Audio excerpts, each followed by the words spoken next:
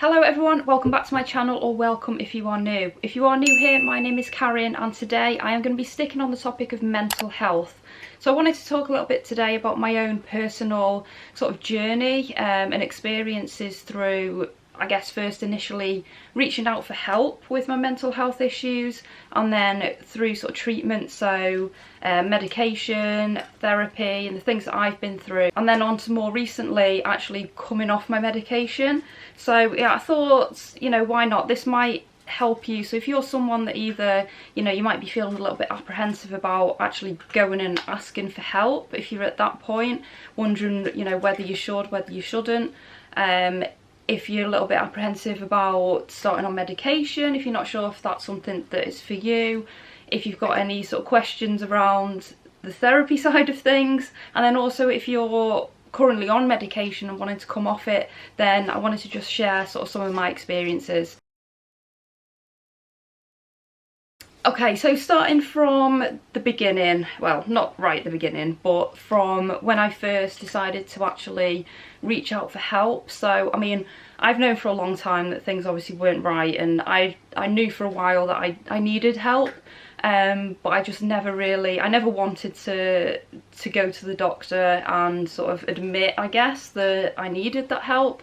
I don't know why. I guess it's just a little bit of the sort of stigma behind it all, and also I always knew that, if I went to the doctor and said that I was suffering or struggling with depression, then all they're going to do is, give you a prescription for medication. And for whatever reason, I didn't want that, and I know a lot of people feel the same. Yeah, I guess you get scared that you're going to be stuck on this medication forever, or just doesn't sit right with some people. I guess everyone's got their own reasons for it, but for me, I guess I coped for a long time, and then that breaking point did come, and I will always remember the day.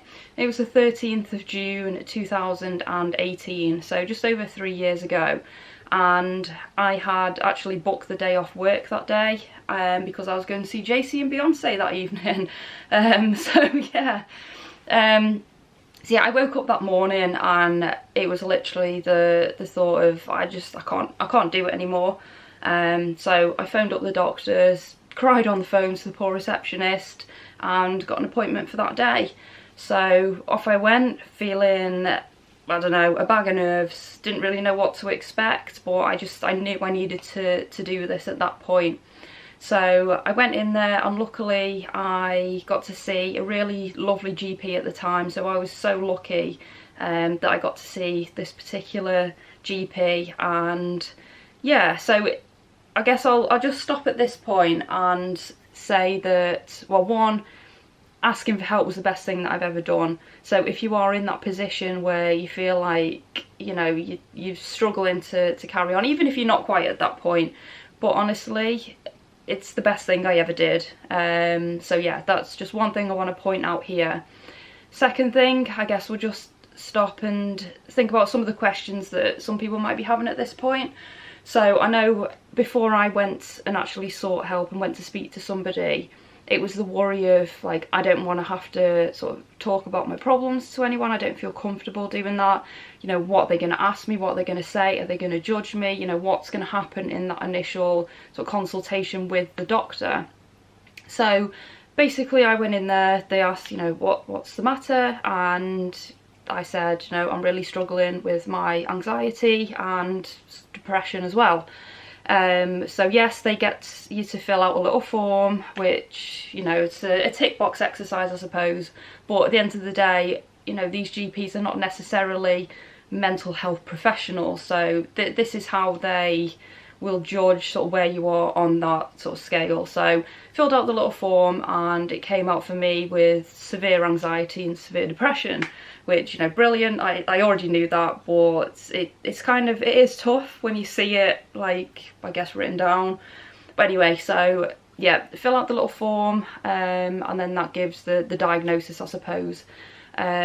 You don't have to answer any questions or, particular questions, or go in depth into anything if you don't want to. So don't feel worried, that this isn't therapy at this point. This is just a diagnosis. So for me, I did talk a little bit with the GP about, you know, my personal situation and whatever, filled out the form, got the diagnosis, and then was given a prescription for medication. So at that point I was put on sertraline, so an antidepressant. I'm trying to think what dosage. I'm thinking it was probably about 50 milligrams at that point to start off with. So yeah, I was given a prescription for those, and then because I was told that, you know, it can take a few weeks for them to actually start to take effect, which is not really what you want to hear at that point when you need that help right there and then. So I was also given, let me see if I've got them. I kept them at my desk while I was still working just in case I needed them. But these tablets, so propranolol, so they're basically beta blockers. So I was given those as well, more so initially, so, you know, if I could feel the anxiety coming on, or if I had an event coming up or something that I knew would trigger my anxiety, then I could take one of those, which were great at the time. But for me also a little bit scary, because obviously beta blockers, they slow down the heart rate, which is great to you know, stop the panic attacks, but it's just a bit of a weird feeling. For me, I don't personally like that. But yeah, so I had those as well, which did help initially through sort of the first few days. And yeah, so got those, got my sertraline. I was also offered at that point to go and speak to someone, so sort of therapy that the NHS provide. At that point I wasn't ready for that. This was like a massive step for me, and this was the first step, and just, you know, agreeing to take the medication was a massive step for me. So at that point I said, no, let's just see how I get on, and yeah, we'll review again. So I had to go back for reviews, I think maybe every couple of weeks to begin with. I can't remember exactly, but so that was the first appointment done. And at that point I already felt like quite a big relief, I suppose, because the hardest step's always the first step, and I'd been through that. Yes, okay, now I had to take medication potentially every day for the rest of my life. At that point you just don't know, but I was feeling more positive about things, so went and picked up my prescription and started on the medication. So luckily for me, I actually felt the medication work fairly quickly for me. So even in sort of the first week to 2 weeks, I was feeling a lot better. It's the strangest feeling. For me, a lot of the issues were the overthinking, so just my mind constantly, you know, working overtime, and that just kind of didn't go away completely, but it was just like this relief in my head. Like I could think for the first time in God knows how long. So yes, for me, you know, the medication seemed like it was working great, and again I was feeling better and better each day in terms of what was going on in my head. In terms of side effects, I know some people, you probably be thinking, you know, you read about all these side effects that come with taking antidepressants or whatever else. For myself, the first few days, first week or so, I did have quite a bit of nausea, dizziness, fatigue. Fatigue's definitely one thing that probably never went away for me. Now, whether that was down to the medication or other stuff, it's hard to tell, but that's definitely one thing that affected me. Apart from that, I think those are the main side effects that I really felt. So the first few days, first week, wasn't pleasant at all, to be honest, especially when you've got a fear of sick. I'm feeling sick, so that wasn't great, but that passed, everything was fine, and I was feeling better. So I would then go back to the GP for quite regular sort of checkups, see how things are going. And yeah, so that was that for a few months, I suppose. I'd still refuse to go and do any sort of therapy, anything. I didn't feel like I wasn't ready for it. I didn't really want that. I felt like things going okay on the medication, so we'll just leave it as it is.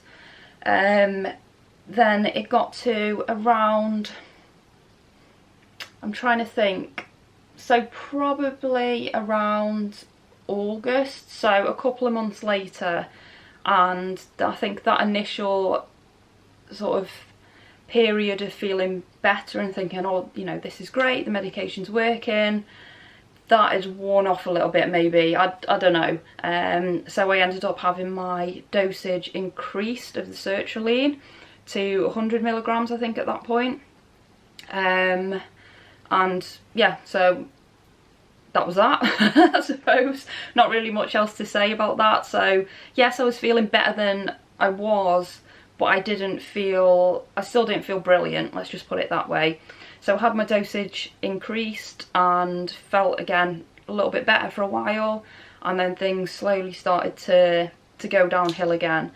So it would have been probably about the September, October time that year, and things got really bad again, to be honest. I'm not going to go into sort of details behind it, but I felt like I was back to where I was. Didn't feel like the medication was working for me anymore, so I went back to the GP to ask for advice.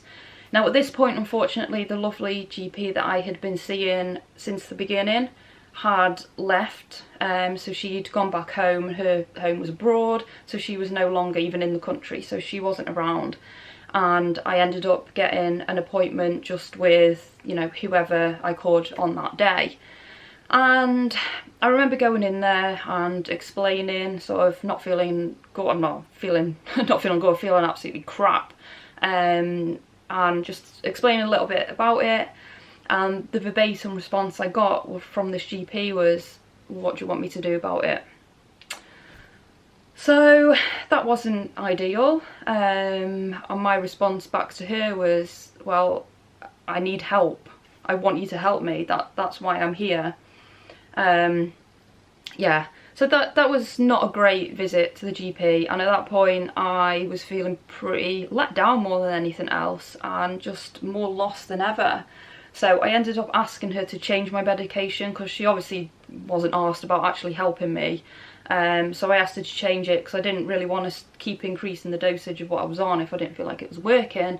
So I thought, let's try something else. So we did that. I left there feeling pretty pissed off, because these people are supposed to help you, right? And it was just the typical GPs want you in and out as quickly as possible sort of thing. So, you know, I have a lot of respect for the NHS, don't get me wrong, and the other doctors that I've seen have been amazing, but this particular person, yeah, not great. So, changed my medication, and at this point went on to citalopram. Didn't work for me, I'll be honest. So I tried it out for I don't know how long, but it didn't do anything for me. It made me feel even worse, if that's possible. So you can imagine I'm feeling pretty lost at this point. Didn't really want to go back to the doctor because of the last experience, but you know, what other option did I have? So I did go back, and I'm trying to think of the timeline of things now, because there were two other GPs that I saw who were brilliant. So long story short, I ended up going back onto the sertraline, so back onto the medication I was on before. At this point, I also agreed that it's probably time that, you know, maybe I do go and actually speak to somebody, because I didn't feel like I could rely on the medication. So as much as it had helped me initially, I still felt pretty lost. I still obviously had issues that I had to deal with. So the medication, yeah, it's great, it does stabilise the mood, it will help, but at the end of the day, it's not the answer, it's not, you know, the fix for these issues. So I decided to get referred to go and speak to somebody. So that referral, actually, yeah, that was the thing. That referral initially, for whatever reason, never got put through. So I was waiting weeks and weeks for an appointment to come through, and nothing happened. So then I spoke back to the GP, and they were like, no, the referral's not gone through, so it had to go through again. So it took extra long. So the waiting list normally, I think, is about, I think at the time it was about 6 to 8 weeks. So then it ended up being about 12 weeks waiting list. So in terms of the medication, so I'll just sort of finish this bit here and then we'll go on to the therapy side of things and then come back to coming off the medication at the end. So with the medication, I stayed then on the sertraline, so I'd been on sertraline 100 milligrams then from whenever it was, I guess it was probably the end of 2018, beginning of 2019, then all the way through to this year. How much it actually helped me, who knows. You know, there are so many other factors in life that affect things that, you know, how much the medication's doing versus other stuff that I'm going to talk about in a minute. We don't really know, but that's where we left that with the medication. In terms of with the GP, I eventually got a repeat prescription and just never went back because I was still so annoyed and I just felt so let down. I didn't want to have to go through that again, so I managed to get a repeat prescription and yeah, just went and picked that up every month. So in terms of medication, we'll leave that there for now. Maybe I'll do a little summary at the end over everything. But moving on to then the therapy. So I got the referral put in and eventually got an appointment with the local mental health team here. So I live in North Wales, and within our area I found out they only offer certain sort of what they call speaking therapies. I think that's the best way to describe it. So in terms of actual CBT, cognitive behaviour therapy, so the stuff that, you know, I wanted, they don't offer that. They're not able to offer that on the NHS. So I went to speak to a lady who made loads of notes about me and whatever. We had a nice chat. I say nice chat. Then these chats aren't really nice because it's like digging up all the old stuff and blah blah blah, all that which you don't really want to talk about, but you have to. So I went through all that and then got told that, you know, the things that would be on offer for me would be sort of group therapies, I think, so about building confidence and things like that. So at the time I said, you know what, I'll think about it, because there was still a wait to get onto these. But I was lucky enough at the time to actually be able to get CBT through my work. So I decided to sort of leave that for now and then perhaps revisit it later on, and then go and do the CBT through work. So yeah, as I say, I was lucky enough to actually have access to the CBT through work. So initially it started with just some phone calls to sort of assess what the problems were, because yeah, with things were bad and it was starting to show in work, let's just put it that way. And it got to a point where people started to realise that this girl actually needs help, so they couldn't really ignore me anymore after, well, let's not even get into that because it's not fair, but yeah, it got to a point where work couldn't really ignore the fact that, you know, I needed help. So I was lucky enough to be offered the CBT, and yeah, started off with some initial conversations and then I was referred to a therapist, and I had 10 sessions with him. And I'll be honest, the CBT is the thing that has definitely helped me the most. And yeah, it's sort of strange when you think it's just talking to a stranger in a way.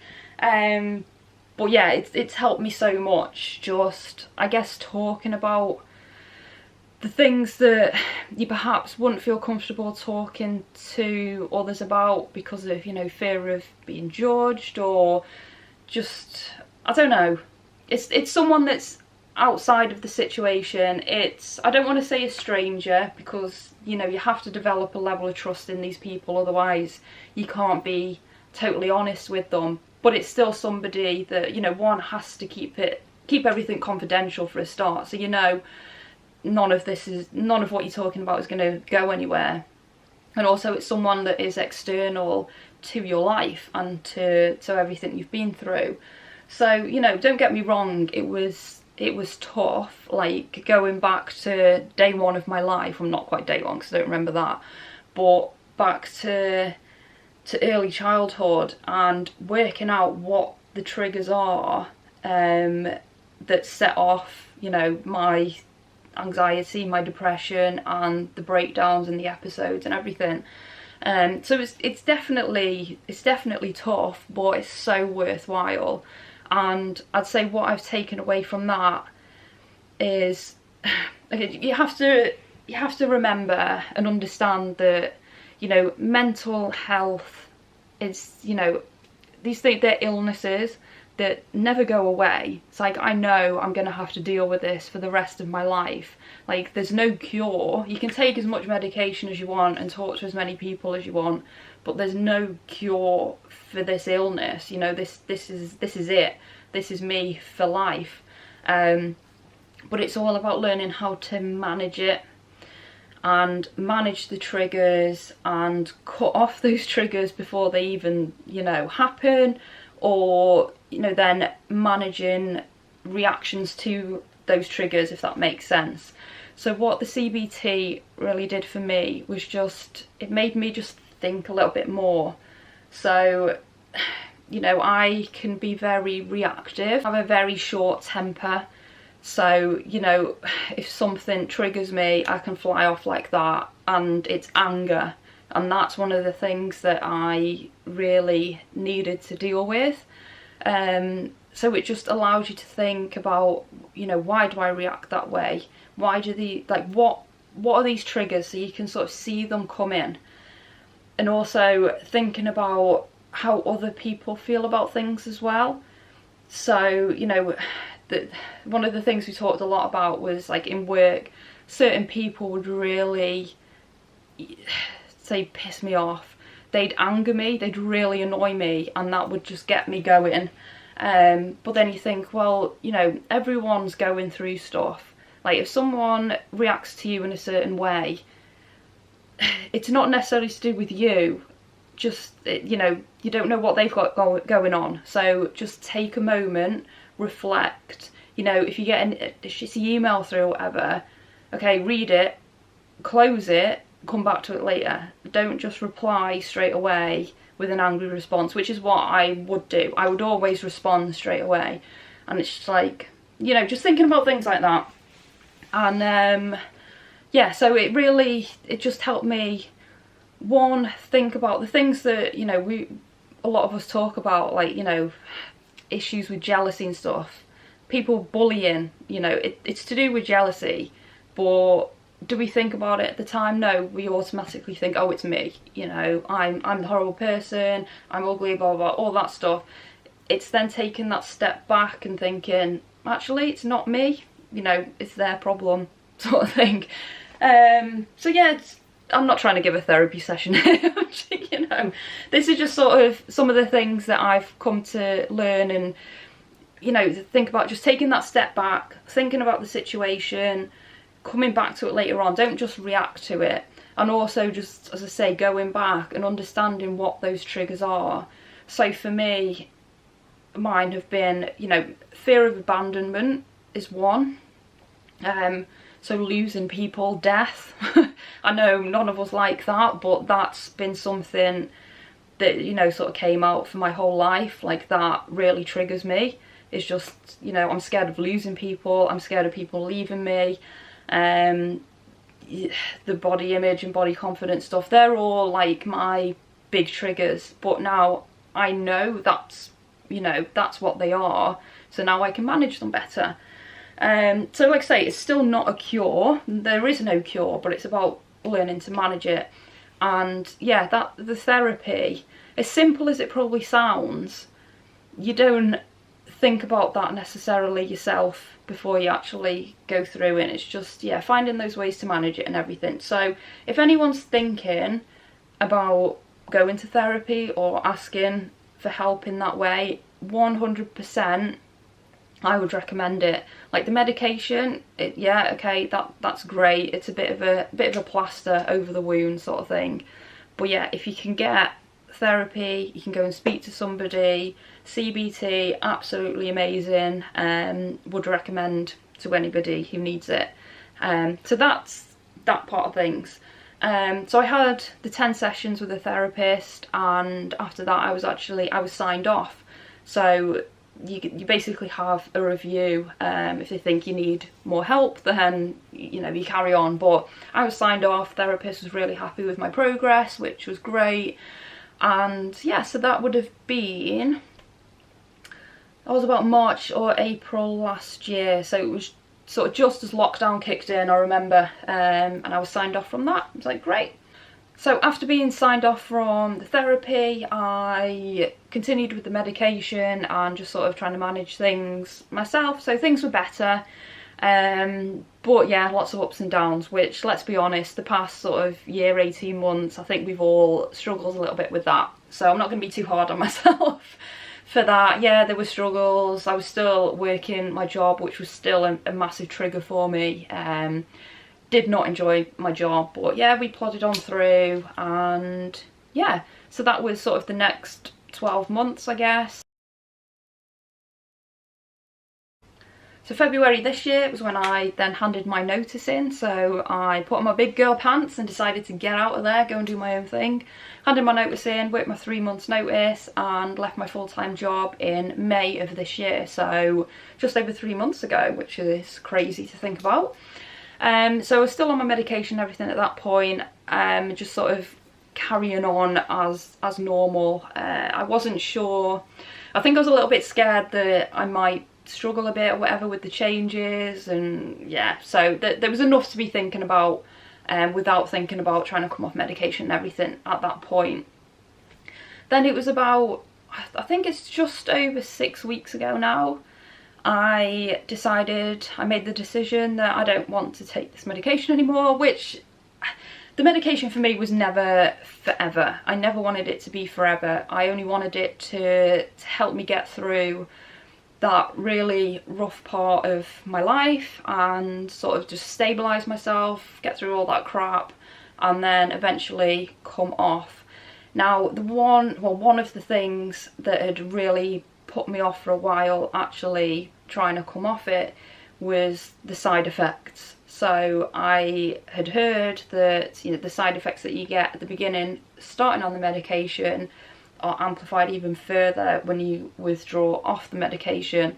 So I didn't really fancy that, especially while I was still working and then leaving work and trying to set up my own business and everything else. So yeah, I'll be honest, that did scare me, but then it got to a point I was like, if I'm not going to do it now, I'm just going to end up taking this stuff forever, sort of thing. So I started to come off it. Now, I didn't consult with a GP, basically because of previous issues, and I don't know, I'd lost a bit of faith, a bit of trust in them, so I thought, I'm just going to do it myself. I know that I'm not going to be stupid about it, so I lowered my dosage before coming off it completely. Yeah, so that is what I did.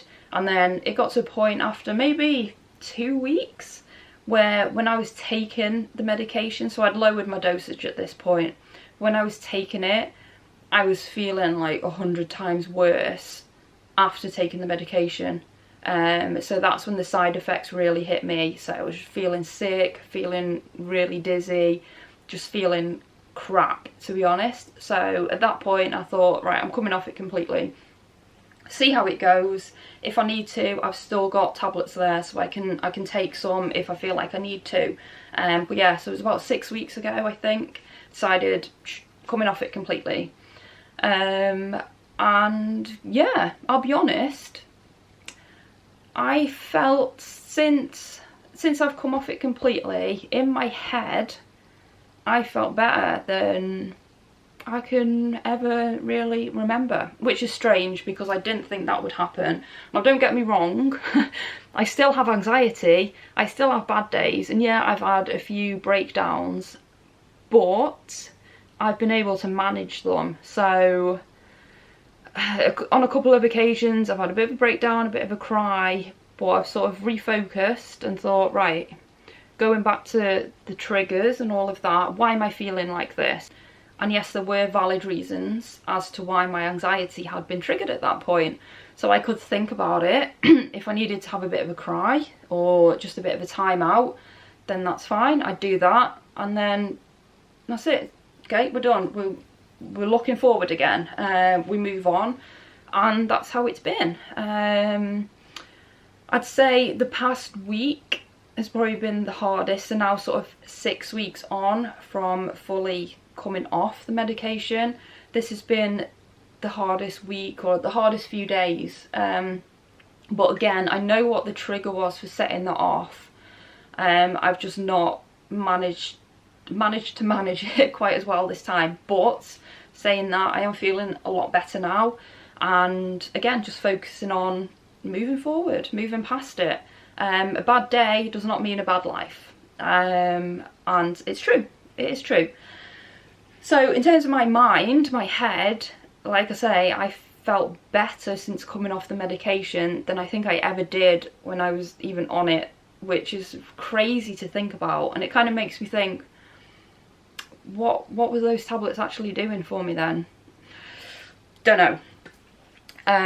But yeah, so in my head I feel good. The only thing I have struggled with, the more physical side effects. So I had really bad vertigo for weeks, and it's still there a little bit now. It's a lot better, but yeah, for weeks it was horrible. It was just like constant dizziness, feeling sick, and also the tiredness as well. So it's not as straightforward as it might sound. So yes, there have been side effects coming off it, but the physical side effects have definitely outweighed the mental ones. And I always said, you know, I can deal with that because I know the physical side effects will go away.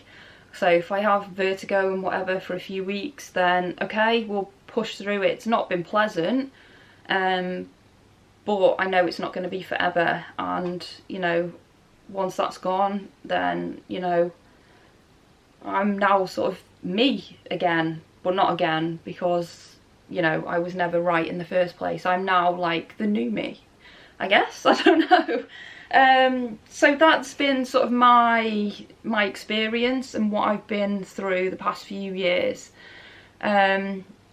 Now obviously everyone is going to be different, so everyone's going to have different side effects. Medication is going to take different lengths of time to work for some people than others. Some medications will work better for some people than others. Like I know sertraline, for example, worked for me, doesn't work for everybody. So there is a bit of trial and error involved in it as well. But I guess to summarise, because I think I've been talking for ages, my throat is really sore now. So just to sort of summarise, if you're struggling and you're wondering whether or not to go and ask for help, to go and speak to a GP or speak to anybody, then 100% do it. Just ask for the help. It's the best thing that I ever did. Like, never suffer in silence, ever, because you don't need to. You're not alone. No one's alone. So whether it's like a friend or a parent or just someone that you trust, you know, definitely I would say just go and do it. Like the first step is the hardest, but once that's done, then know that you're going to get the help that you need, that the feelings that you're feeling today, they're not going to last forever. So that's number one. Number two, if you get offered therapy to go and speak to somebody, then again, go and do it, okay? I know I was probably lucky that I managed to get a really great therapist that I managed to, you know, build a good relationship with and I trusted. I get not everyone's going to be as lucky as that, but just try it. Because as I say, the CBT is the one thing that has helped me more than anything. I think I'd still be in a pretty bad mess if I hadn't you know, done that. So definitely, if you get offered that help, or if you can ask for it, whatever, then do it. Don't be scared about talking about your problems. I know it's scary. I am the worst person for talking. I am rubbish at talking. I know I've talked a lot now, but like, honestly, for me, it's a very scary thought, but I did it and I don't regret any of it. So number two, definitely accept that help as well. So yeah, it's all about just asking for the help, getting the help, and yeah, just do it. Number 3, if you are currently on medication and wanting to come off it, then despite the route that I went down, I would recommend, yes, you go and speak to your GP, just to get some advice or whatever, and just to make sure that you are in the right place to do that. For me, I felt strong enough to be able to come off the medication at that point, because of everything I'd been through. So with the therapy and everything, and being signed off from that, I guess, gave me a bit more confidence that I can actually manage this myself. So yeah, definitely I would suggest just getting a bit of guidance, having a chat with the GP first before doing it, and just be aware that there are side effects involved as well. So don't expect it to be all plain sailing and feel amazing, because that's not, unfortunately, that's not how it works. And as I say, it's been about 6 weeks since I came off the meds, and I'm still feeling the side effects now. They're obviously not as bad as they were, but I'm still not fully over it, so I'm not, you know, fully 100%, it's the same thing, right? Well, you know what I mean. I'm not 100% there yet, but again, if, you know, you're in the position that you feel like you can do that, then yeah, I'm so happy that I've done it, and now I'm just sort of I'm just me. Like I say, I'm the new me. It's like I've been through this journey. It's been, what, 3 years since starting on the meds and getting the help and, you know, all that treatment, and I'm coming out the other side, and I'm strong enough to do this myself now. Like, before I started, you know, think back to 12th, 13th of June 2018, whenever, like, I couldn't do this. I couldn't even sit in front of a camera and just talk to, I say nobody, I'm talking to you guys, but you know what I mean. I couldn't do this. Like, I could barely, you know, get up in the morning. So just goes to show, doesn't it? We're all stronger than we think. Sometimes it just takes a little bit of time and a little bit of help. So don't be scared, you're not alone. And yeah, that is probably enough of a ramble on that, because I think I've talked a lot more than I thought I was going to. But hopefully this will help somebody. Even if it helps just one person, then, you know, that's worth it for me. So as I say, wherever you are on your journey, I hate that word, but I do use it a lot. Wherever you are currently, whatever. Hopefully part of this video has helped you, and as ever, you know, I'm here. If anyone wants to drop me a message or confide in somebody, then, you know, I'm always here. I'm always available to listen, and if I can help, then I always will. But yeah, so that was it for today. Hopefully next video will be a bit more light-hearted. Not sure what it's going to be yet, but I think we've got a So Kawaii box on the way. I had a missed delivery a couple of days ago, so I'm getting that re-delivered in a couple of days, so that might be next. But yeah, until next time, I hope you all enjoy the rest of your day or whatever. And yeah, I love you all, take care, and I will see you again in the next video. Bye.